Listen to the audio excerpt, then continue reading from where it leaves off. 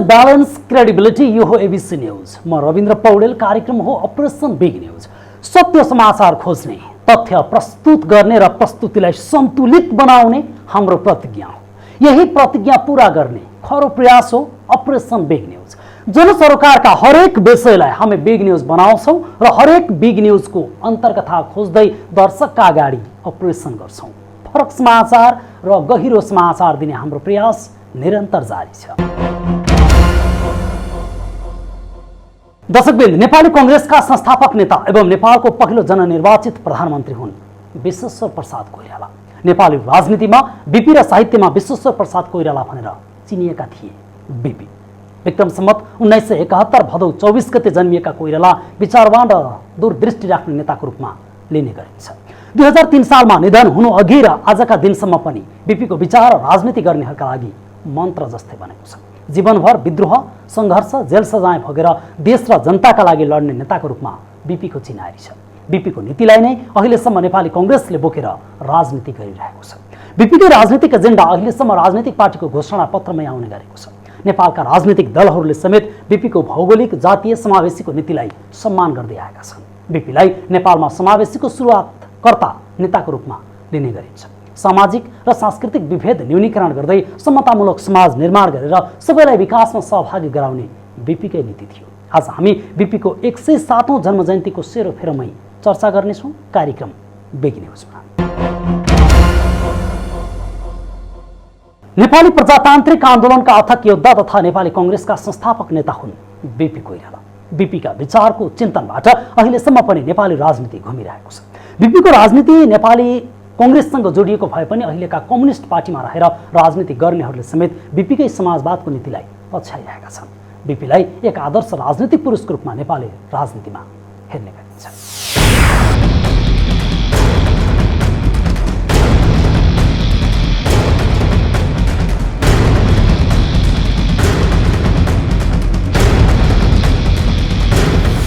नेपाली प्रजातान्त्रिक आन्दोलनका शीर्षस्थ हस्ती, नेपाली कांग्रेसका संस्थापक एवं देशका प्रथम जननिर्वाचित प्रधानमन्त्री विश्वेश्वर प्रसाद कोइराला बीपीको मंगलबार जन्म जयन्ती। विक्रम सम्वत 1971 भदौ 23 गते बीपी कोइरालाको जन्म भएको थियो। राजनीतिमा बीपी र नेपाली साहित्यमा विश्वेश्वरको नामबाट कोइरालाको परिचय स्थापित छ। कोइराला जहानिया राणा शासनदेखि पञ्चायती निरङ्कुशताका विरुद्धको लडाईँका एक अथक योद्धा हुनुहुन्थ्यो। नेपालमा सबैभन्दा पुरानो राजनैतिक दल नेपाली कांग्रेसको स्थापना तथा प्रजातन्त्रको लागि क्रान्ति सफल पारेर उहाँले नेपाली राजनीतिक आकाशमा गर्विलो इतिहास बनाउनु भएको छ। जहानिया राणा शासनको जर्जर अवस्थाबाट मुलुकलाई स्वतन्त्रतामा ल्याउन सजिलो थिएन, तर उहाँले कठोर सङ्घर्ष गरेर नेपालमा प्रजातन्त्रको बिउ उमार्नु भएको हो। बीपीको राजनैतिक जीवन भारतको स्वतन्त्रता आन्दोलनबाट प्रारम्भ भएको थियो। ईस्वी सम्वत 1930 बीपीलाई भारतीय स्वतन्त्रता आन्दोलनमा लागे बापत 3 महिनासम्म बेलायती सरकारले कैद गरेपछि उहाँको राजनैतिक जीवन प्रारम्भ भएको मानिन्छ। उहाँले बनारस हिन्दू विश्वविद्यालयबाट राजनीति तथा अर्थशास्त्र विषयमा स्नातक तथा कलकत्ता विश्वविद्यालयबाट कानुनमा स्नातकोत्तर पुरा गर्नुभएको छ। विद्यार्थी जीवनपछि दार्जिलिङमा कानुनी पेसामा समेत उहाँ आबद्ध हुनुहुन्थ्यो। जीवनभर प्रजातन्त्रका लागि लडेका बीपी शालीन सुझबुझ र गम्भीर चिन्तन, अदम्य साहसी नेता भएकै कारण उहाँ नेपाली राजनीतिमा समेत चम्किलो ताराका रूपमा परिचित हुनुहुन्छ। राणा शासनको अन्त्यसँगै 36 वर्षको उमेरमा गृहमन्त्री बन्नुभएका कोइराला 2015 सालको आम निर्वाचनमा नेपाली कांग्रेसले 2/3 स्थान प्राप्त गरेपछि पहिलो जननिर्वाचित प्रधानमन्त्री बन्नुभएको थियो। नेपालको प्रजातान्त्रिक समाजवादी आन्दोलनका प्रतीकको रूपमा बीपीको परिचय नै बनेको थियो। नेपालको इतिहासमा त एउटा लामो 3 सालदेखिको त यहाँको सक्रियता, 7 सालको, त्यसपछि 15 सालको, 15 सालसम्म पनि जनतालाई प्रजातन्त्रको संस्थापक जसले लडेर नेपाल त्यो प्रजातान्त्रिक आन्दोलनको नेपाल सर्वप्रथम नेताको रूपमा बीपी कोइरालाको आफ्नो इतिहास एउटा राजनेताको रूपमा नेपालको इतिहासमा दर्ज छ।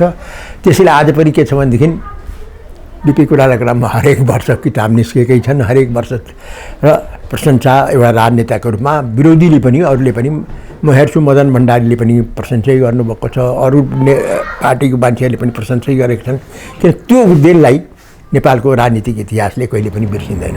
विक्रम सम्वत 2004 सालमा नेपाली राष्ट्रिय काङ्ग्रेसको स्थापना गर्दै बिपी संस्थापक नेता बन्नुभएको थियो।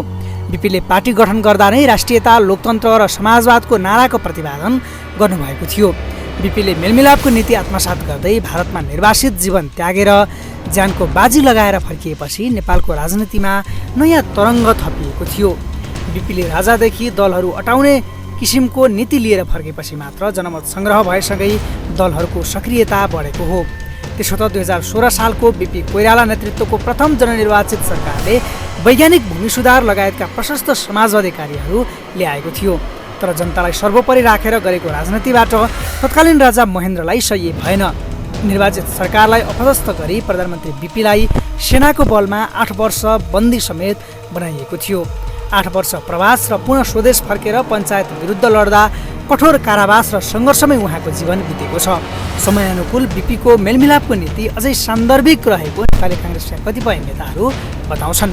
त्यहाँ बिपीको सबभन्दा उपलब्धि भनेको उहाँले जुन नीति अख्तियार गरेर राष्ट्रिय मेलमिलाप नीति, त्यो अहिले पनि समसामयिक छ। अहिले पनि हाम्रो संविधान जारी गर्यो, अझै पनि हामीले डेलिभर गर्न सकेका छैन। अझै पनि संविधानले संरक्षण गर्नुपर्छ, यसलाई शुद्धिकरण गर्नुपर्छ, यसको सबै साफसित प्रविधि गर्नुपर्छ। त्यो कुरामा अझै पनि नेपाल कम्युनिस्ट पार्टी र काङ्ग्रेस पार्टी मिलेर संविधानले रक्षा गर्नुपर्छ पनि। त्यो बिपीकै लाइन हो होइन। बिपी त्यो बेला कम्युनिस्टसँग थिएन, तर समय सापेपछि हिजो राजासँग मेलमा राजा शक्तिमान थियो, अहिले त अब कम्युनिस्ट पनि शक्तिमा आएन नेपालमा। जसले संसदीय व्यवस्था नमानेको आज त्यही संसदीय व्यवस्थामा त बिपी कोइरालाको अवधारणा संसदीय व्यवस्था त।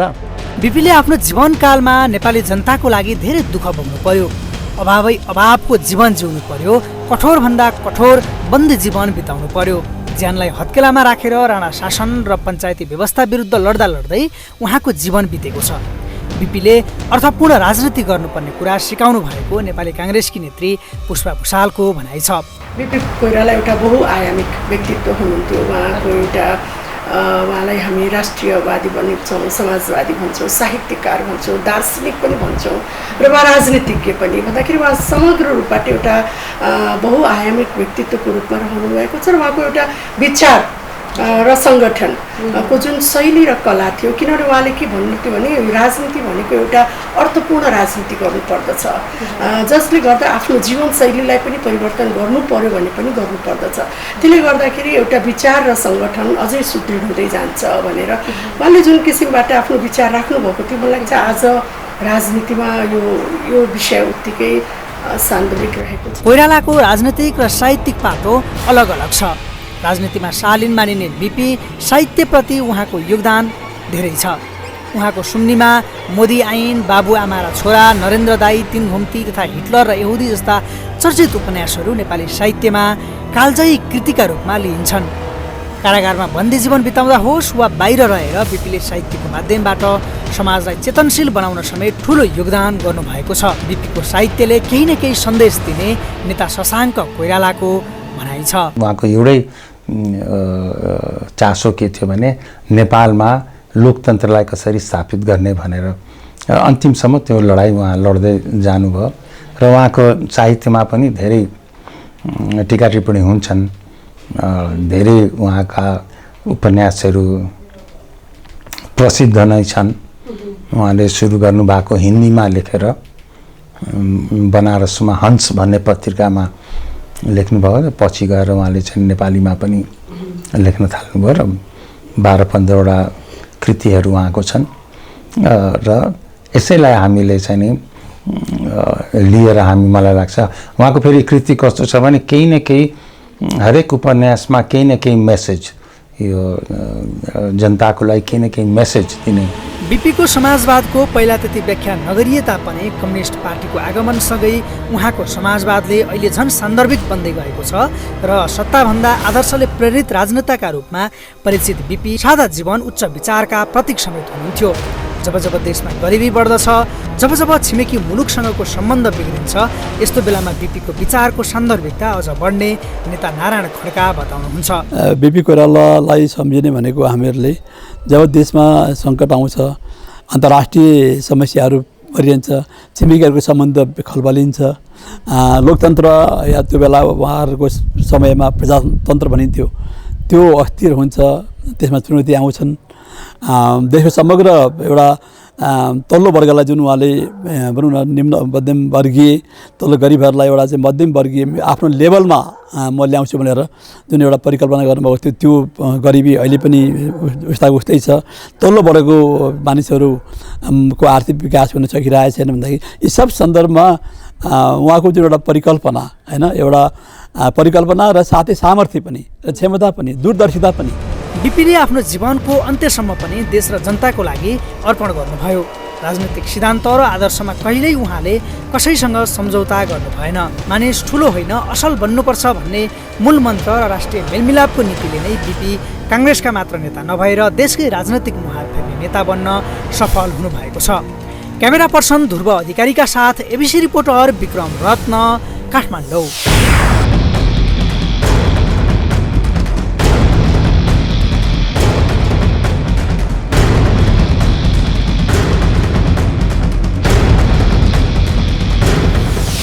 बिपीको जीवनलाई हेर्ने हो भने आफ्नो ज्यानको बाजी लगाएर नेपाली जनताको हक र अधिकारका लागि लड्दैमा बितेको देखिन्छ।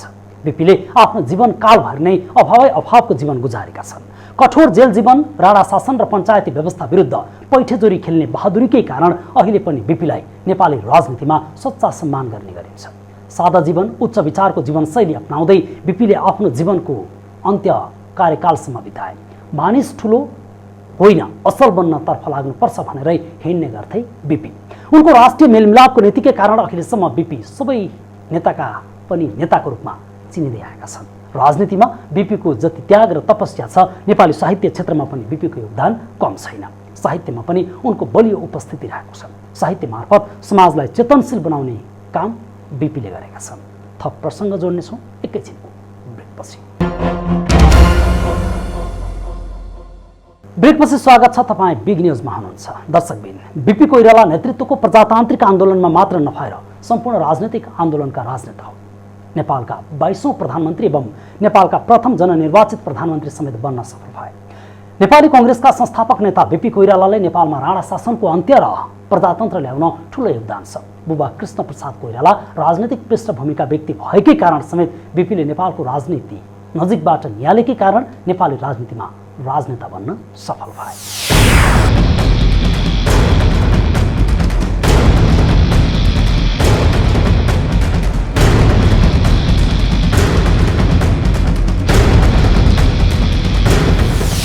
विक्रम सम्वत 1971 भदौ 24 गते जन्मनुभएका बिपी कोइरालाको जीवन सङ्घर्ष नै सङ्घर्षमा व्यतीत भएको छ। जहाँ यहाँ राणा शासनको जर्जर दमन, अन्याय, अत्याचार र शोषणको विरुद्ध आवाज उठाएर आम नेपालीलाई सङ्गठित गरेर उहाँले नेपालमा प्रजातन्त्रको स्थापना गर्नुभयो। नेपालको पुरानो राजनैतिक दल नेपाली काङ्ग्रेसका संस्थापक तथा प्रथम जननिर्वाचित प्रधानमन्त्री बिपी कोइरालाको नेपाली राजनीतिमा निकै ठुलो योगदान रहेको छ। उहाँलाई केवल नेपाली काङ्ग्रेसको मात्रै होइन, नेपाली राजनीतिकै संस्थापक र मियो भन्दा फरक नपार्ला। बिपीले भारतमा चलेको स्वतन्त्रता आन्दोलनबाट राजनीतिमा प्रवेश गर्नुभएको हो। उक्त आन्दोलनमा लागेकै कारण बिपी र उहाँको दाजु मातृका प्रसाद कोइरालालाई ईस्वी सम्वत 1930मा 3 महिनासम्म बेलायती सरकारले कैद गरेको थियो र यही समयबाट उहाँको राजनैतिक जीवन सुरु भयो। अब राजनीति सुरु गरेको उहाँले भारतको स्वतन्त्रता सङ्ग्रामबाट, जहाँ उहाँले भारतको स्वतन्त्रता सङ्ग्राममा जेल पर्नुभयो, 2-3 वर्ष जेल बस्नुभयो। सायद त्यसैले उहाँ प्रभावित भएर जब उहाँ भारतबाट नेपाल आउनुभयो, यहाँ उहाँले 7 सालको क्रान्ति गर्नुभयो, 15 सालमा प्रधानमन्त्री हुनुभयो। उहाँले धेरै कुरा गर्न सक्नु भएन, तर उहाँको विचार अहिले पनि त्यतिकै सान्दर्भिक छ। लोकतन्त्र, राष्ट्रियता, लोकतन्त्र र समाजवाद, यही 3टा स्तम्भको आधारमा हाम्रो नीतिहरू बनाएका छन् र नेपाली काङ्ग्रेसले पनि धेरै पटक सरकारमा बस्यो, उहीँको नीतिलाई अवलम्बन गर्ने प्रयत्न गर्यो। ईस्वी सम्वत 1942 देखि 1944 सम्म दोस्रो विश्वयुद्धको समयमा बिपीलाई बेलायती सरकारले जबरजस्ती सैनिकमा भर्ना गरेको थियो। तत्पश्चात छुटेपछि उहाँले ईस्वी सम्वत 1947मा नेपाली राष्ट्रिय काङ्ग्रेसको स्थापना गर्नुभएको हो। आज सोही दल नेपाली काङ्ग्रेसको रूपमा रहेको छ। आज नेपाली काङ्ग्रेस प्रमुख प्रतिपक्षी दलको रूपमा रहेको छ। यद्यपि नेपालको महत्त्वपूर्ण राजनैतिक घटनाक्रमको सन्दर्भमा हेर्ने हो भने नेपाली काङ्ग्रेस सदैव संस्थापन पक्षकै रूपमा दरिँदै आएको हो। बिपीले सन् 1947मा विराटनगर मजदुर आन्दोलनको नेतृत्व गर्नुभएको थियो। यसैको न्युमा सरकारले 1 वर्ष कैद पनि गरेको थियो। उहाँको नेतृत्वमा ईस्वी सम्मत 1951मा नेपालमा राणा शासनको अन्त्यको लागि सशस्त्र क्रान्ति प्रारम्भ भएको थियो। फलस्वरूप अक्टोबर 1951 2007 सालमा राणा शासनको अन्त्य भयो र नेपालमा बहुदलीय प्रजातन्त्रको स्थापना भयो। प्रजातन्त्र स्थापनार्थ नेपाली काङ्ग्रेसको नेतृत्वमा देशव्यापी रूपमा सशस्त्र क्रान्ति भएको थियो। प्रजातन्त्रको घोषणासँगै राणा र काङ्ग्रेस दुवै पक्षको सहभागिता गराई एक मन्त्री परिषदको घोषणा भयो। मोहन शमशेर जबराको नेतृत्वमा नयाँ सरकार बन्यो र बिपी उक्त सरकारको गृहमन्त्री बन्नुभएको थियो। त्यति मात्रै होइन, 7 सालको क्रान्तिको अर्को महत्त्वपूर्ण पाटो पनि रहेको छ नेपालको पहिलो ऐतिहासिक संविधान। नेपालको अन्तरिम शासन विधान 2007 पनि प्रजातन्त्र स्थापनापछि नै आएको हो। यसर्थ उसबेलैबाट नयाँ युगको प्रारम्भ भएको थियो, जुन दिनको सुरुवात बिपीले गराउनु भएको थियो। 2009 सालमा नवौं महाधिवेशनले बिपी कोइरालालाई पार्टीको सभापतिमा चयन गर्यो। 2012 सालमा सुवर्ण शमशेर पार्टीको सभापति बने र त्यही बेलादेखि नेपाली काङ्ग्रेसले समाजवादी धारको विकास गरेको हो। 2015 सालमा भएको आम निर्वाचनमा जम्मा 109 सिट मध्ये 74 सिट अर्थात् 2/3 मत प्राप्त गरी नेपाली काङ्ग्रेसले विजय प्राप्त गर्यो। 2016 सालको 7औं महाधिवेशनले बिपी कोइरालालाई पुनः पार्टी सभापतिमा निर्वाचित गरायो। 2016 साल जेठ 13 गते नेपाली काङ्ग्रेसका नेता बिपी कोइरालाको प्रधानमन्त्रीत्वमा नेपालमा प्रथम जननिर्वाचित सरकारको गठन भयो। बिपी नेतृत्वको सरकारले जनताको पक्षमा धेरै महत्त्वपूर्ण कामहरू गरेका छन्। स्वतन्त्र र निष्पक्ष न्यायालयको विकास, प्रशासनिक सुधार, आर्थिक सुधार, जिल्लाको कुल आम्दानीको 10% रकम सोही जिल्लामा खर्च गर्ने नीति, भ्रष्टाचार विरुद्धको अभियान, वीरता उन्मूलन ऐनको व्यवस्था, सम्पत्ति करको व्यवस्था, जङ्गलको राष्ट्रियकरण, मुद्रा प्रचलनमा एकरूपता, देशभरि स्कुलहरू, देशको प्रथम विश्वविद्यालय त्रिभुवन विश्वविद्यालयको स्थापना, बालजो औद्योगिक क्षेत्रको स्थापना, चिनी र चुरोट कारखानाहरूको स्थापना लगायतका काम प्रथम जननिर्वाचित सरकारले गर्यो। अनि 15 सालमा उहाँलाई फेरि राजा महेन्द्रको पालामा एउटा संसदीय संविधान बन्यो र प्रतिनिधि सभा कायम भयो नेपालको, जो सबै निर्वाचित हुने। त यस प्रकारले के छ, अनि त्यो आफ्नै बलबुतामा आफ्नै लडेर जनताको बलमा उहाँ राजाले विरोध गर्दै पनि नचाहँदै पनि इन्डियाले नचाहँदै उहाँ नेपालको प्रधानमन्त्री हुनुभयो। त अब यसभित्र फेरि के छ, बिपी कोइराला प्रधानमन्त्री त हुनुभयो। बिपी कोइरालाले के गर्नुभयो भने वीरता प्रथा, यो तपाईँ राजा र देउता प्रथाहरू उन्मूलन गर्नुभयो प्रधानमन्त्रीले। अब यो उनीहरू सबै उभिन्डिया त्यो बेलाको सामन्तीहरू ठुल्ठुलाहरू, अब दरबारीहरूमा पनि त त्यो वातावरण त त्यही थियो बिपीको। बिपी त्यहाँ अलि दिन बस्न बिपी कोइरालाले 5-6 महिना पनि पावरमा प्रधानमन्त्री भएर बिताउनु पाएको थिएन। महेन्द्रले थाली गए हटाउन बिपीलाई। जननिर्वाचित पहिलो सरकारको नेतृत्वमा नेपाली काङ्ग्रेस पुग्नु केवल सरकार र राज्य सत्ता सञ्चालनसँग जोडिएको प्राविधिक विषय मात्रै थिएन। काङ्ग्रेसले भनेको प्रजातान्त्रिक समाजवादको पहिलो परीक्षण पनि थियो।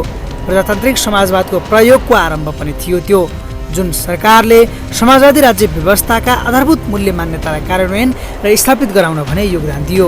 सम्भवतः देश समाजवादी अभ्यासमा गयो भने, सरकारले जनमतबाट वाहवाही पायो भने सत्ता धरापमा पर्छ भन्ने राजाको धारणा हुनुपर्छ। समाजवादी व्यवस्था देशमा आउने भयो भने राजतन्त्रलाई खतरा हुन्छ ठानेरै होला त्यतिखेर राजतन्त्र डराएको। प्रजातान्त्रिक समाजवादको थोरै अभ्यास भइरहेकै समयमा 2017 सालमा राजा महेन्द्रबाट प्रजातन्त्रमाथि कु भयो, प्रजातन्त्र निलम्बन भयो। बिपी नेतृत्वको जननिर्वाचित सरकारका प्रतिनिधिलाई गिरफ्तार गरियो। विक्रम सम्वत 2017 साल पुस 1 गते राजा महेन्द्रले नेपालको तत्कालीन संविधान तथा बिपी कोइराला नेतृत्वको सरकार भङ्ग गरे र बिपीलाई 8 वर्षसम्म कैद गरियो। ईस्वी सम्मत 1968 उहाँ बनारसमा निर्वासनमा जानुभयो। ईस्वी सम्मत 1976 नेपाल फर्के पनि नेपाल सरकारले देशद्रोहको अभियोगमा पुनः कैद गर्यो। विभिन्न अन्तर्राष्ट्रिय दबावका कारण ईस्वी सम्मत 1978 उहाँ विरुद्ध लगाइएका सबै अभियोगहरू सरकारले फिर्ता लियो। ईस्वी सम्मत 1979 उहाँलाई आफ्नै निवासमा नजरबन्द गरेर राखिएको थियो। प्रजातन्त्र स्थापनाको निम्ति आजीवन सङ्घर्षमा होमिनु भएको उहाँको मृत्यु 2039 साल साउन 6 गते काठमाडौँमा भयो। आज देशमा लोकतन्त्र गणतन्त्र हुँदै नयाँ संविधान पनि निर्माण भएको छ। जनताहरू राजनैतिक रूपमा अधिकार सम्पन्न भइसकेका छन्, तर बिपीले उति बेलै भने जस्तो गरिबको चुलो बल्न अझै पनि गाह्रो छ। भूमिहीनहरू उत्तिकै छन्। यसर्थ आजको दिनमा पनि जब जब गरिबी निवारणको कुरा आउँछन्, गरिब श्रमिक र मजदुर वर्गको कुरा आउँछन्, बिपीको सम्झना आउँछ र बिपी जस्तै नेताको आवश्यकता महसुस हुन्छ। क्यामेरा पर्सन ध्रुव अधिकारीका साथ एबिसी रिपोर्टर विक्रम रत्न, काठमाडौँ।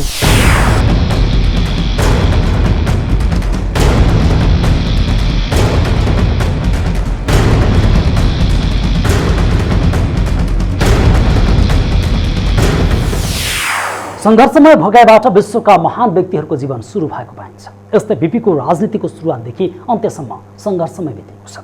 राणा शासनको विरुद्धमा लाग्दा सुन्दरीजल जेलमा 8 वर्ष जेल जीवन, अत्याचार र जनताको विषयमा आवाज उठाउँदा भोग्नु परेको समस्या, नेपालमा प्रजातन्त्र ल्याउनका लागि गरेको विद्रोहले उनको सङ्घर्षलाई थप सशक्त बनाएको छ। यस्तै राष्ट्रिय मेलमिलापको नीतिले नै बिपीलाई सधैँ अमर बनायो।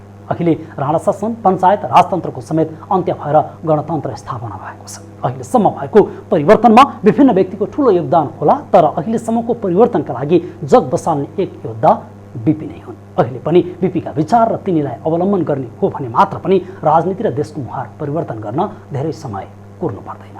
मात्र बिपीको विचार र नीतिलाई व्यवहारमा उतार्न सके मात्र बिपीले गरेको त्यो सङ्घर्षमय जीवनप्रति सच्चा सम्मान हुनेछ। अपरेसन आज सकिन्छ, भोलि अर्को बिग न्युजको अपरेसन गर्नेछौँ। गाउँ सहर दुनियाँ बिउझाउने हाम्रो अभियान जारी छ। तपाईँ एबिसी न्युज सँगै रहनुहोला। नमस्ते।